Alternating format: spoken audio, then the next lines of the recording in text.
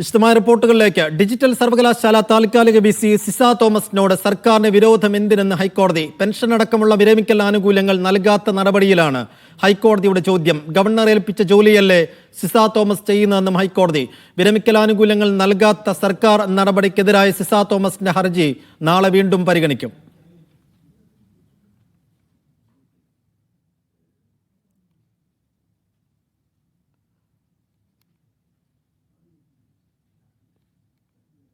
വിരമിക്കൽ ആനുകൂല്യങ്ങൾ നൽകാത്ത സർക്കാർ നടപടിക്കെതിരെ സിസ തോമസ് നൽകിയ ഹർജിയാണ് ഇന്ന് ഹൈക്കോടതി പരിഗണിച്ചത്. ആ ഹർജി പരിഗണിക്കുമ്പോഴാണ് സർക്കാരിന് തിരിച്ചടി ഉണ്ടാക്കുന്ന ചില ചോദ്യങ്ങൾ കോടതി ചോദിക്കുന്നത്.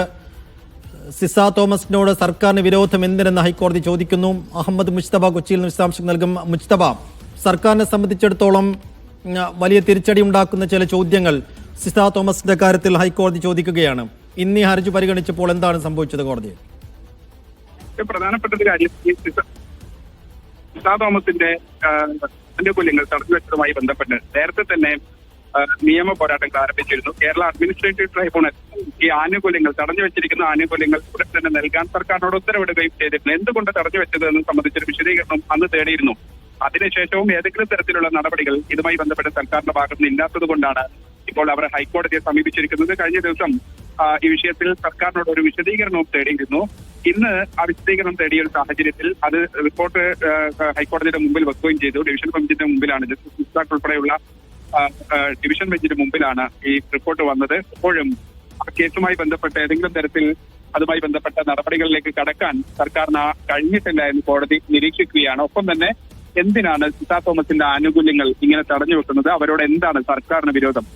ചാൻസലർ കൂടിയായിട്ടുള്ള ഗവർണർ അവരെ നിയമിച്ചു, അത് അവർ പാലിക്കുകയും ചെയ്തു എന്നതൊഴിച്ചാൽ അവരെങ്ങനെ ഇതിനകത്ത് അവരുടെ ആനുകൂല്യങ്ങൾ തടഞ്ഞു വെക്കപ്പെടാൻ അവർക്ക് ഏതെങ്കിലും തരത്തിൽ ഒരു സർക്കാരിന് അവരോടൊരു വിരോധമുണ്ടാകാൻ കാരണം എന്താണെന്നത് ഉൾപ്പെടെയുള്ള വിശദീകരണമാണ് കോടതി ചോദിക്കുന്നത്. അല്ലെങ്കിൽ അത്തരത്തിലുള്ള നിരീക്ഷണങ്ങളാണ് കോടതി നടത്തുന്നത്. എന്തായാലും ഈ വിഷയത്തിൽ ഈ ഹർജി നാളെ വീണ്ടും ഹൈക്കോടതി പരിഗണിക്കുന്നുണ്ട്.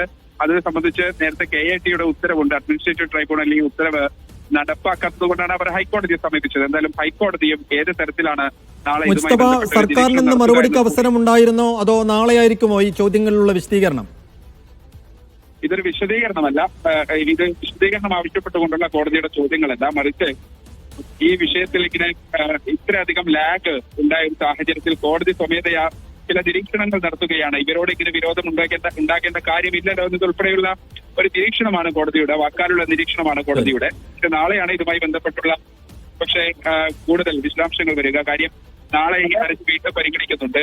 ആ പരിഗണിക്കുന്ന ഒരു സാഹചര്യത്തിൽ KITയുടെ ഉത്തരവ് നേരത്തെ തന്നെ നിലനിൽക്കുന്ന ഒരു സാഹചര്യത്തിൽ അത് ഉടൻ തന്നെ ആ വിഷയത്തിൽ ഒരു തീർപ്പുണ്ടാക്കണം ഉൾപ്പെടെയുള്ള കാര്യങ്ങൾ നാളെ കോടതി പറയുമോ എന്നതുകൂടി ശ്രദ്ധേയമാണ്.